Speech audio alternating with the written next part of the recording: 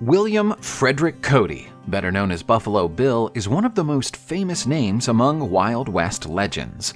His reputation doesn't come from being a famous gunman, a legendary sheriff, or an outlaw. His true legacy was to have managed to solidify these mythical figures of the American Wild West in the imagination of a nation. William was born in 1846 in the territory of Iowa, son of a Canadian merchant and an American teacher. When Bill was still a child, his parents took part in the abolitionist movement.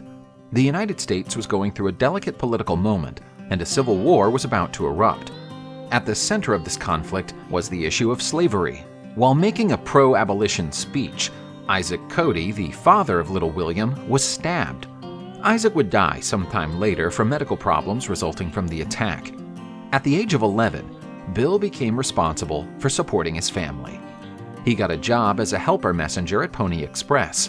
This company traveled through hostile territories to deliver express mail in the form of messages and packages. Bill tried to join the Army at the age of 14, but was turned down because he was too young. Still, the persistent William got a job as a civilian servant, as a scout for the Union Army. Armed with his .50 caliber Springfield rifle, which he would name Lucretia Borgia, Bill became a legendary buffalo hunter. William would become known for his accuracy and the large number of animals slaughtered to feed the Union Army. Due to his fame as a buffalo hunter, he became known as Buffalo Bill. In just 8 months, he killed over 4,000 buffalo to feed the Kansas Pacific Railroad workers. But there was another buffalo hunter named William, who claimed to be the real Buffalo Bill. To settle the dispute for the title, William Cody and William Comstock competed to find out who killed the most buffalo. Cody killed 68 bison in only 8 hours of competition, one every 7 minutes. His rival killed 48, and William Buffalo Bill Cody won his epithet. As a civilian servant of the Union Army, William spotted an Indian ready to ambush members of the 3rd Cavalry Regiment. With a precise long-distance shot, he eliminated the threat and saved the lives of his companions. Buffalo Bill would be awarded the Medal of Honor for his acts of bravery. From 1868 to 1972, already as a soldier, William Cody fought in the Indian Wars and participated in retaliation against the Indians in response to the massacre of Custer's troops during the Battle of the Little Bighorn. William Cody was famous in the American West, but his destiny was stardom. In 1869, Ned Buntline wrote about the adventures of Buffalo Bill, the king of border men. The author talked about Bill's greatest accomplishments, exaggerating or even inventing most of them. In 1872, Ned invited Bill to perform in a play that would reconstitute the stories of the Wild West. William would play himself. Although he had never performed before, and his first performances were particularly amateurish, Buffalo Bill had a magnetic presence on stage. Bill performed for 10 years in this Wild West show, where his main role was to reconstitute the battle in which he scalped the Cheyenne Indian warrior Yellowhair.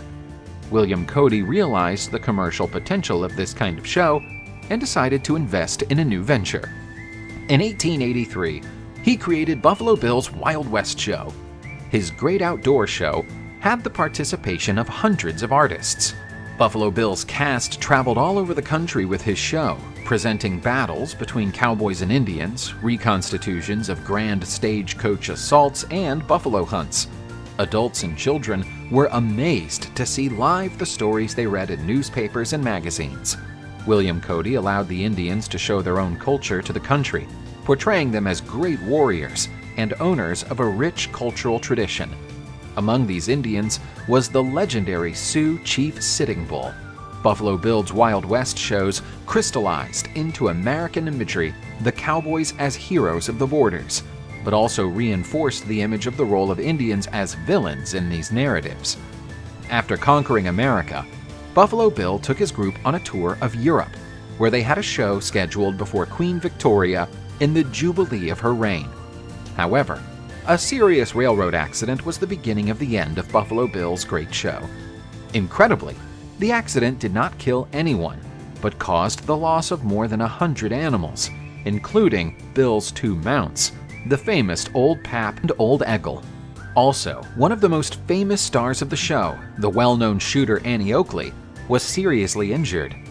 Bill's show would recover from the tragedy, but several unsuccessful investments by Bill bankrupted him, and his show was sold at auction to pay off his debts. Buffalo Bill died at the age of 70. His greatest legacy was the consolidation of American mythology, whose heroes were cowboys, gunmen, Indians, and soldiers. These men became true legends of the West.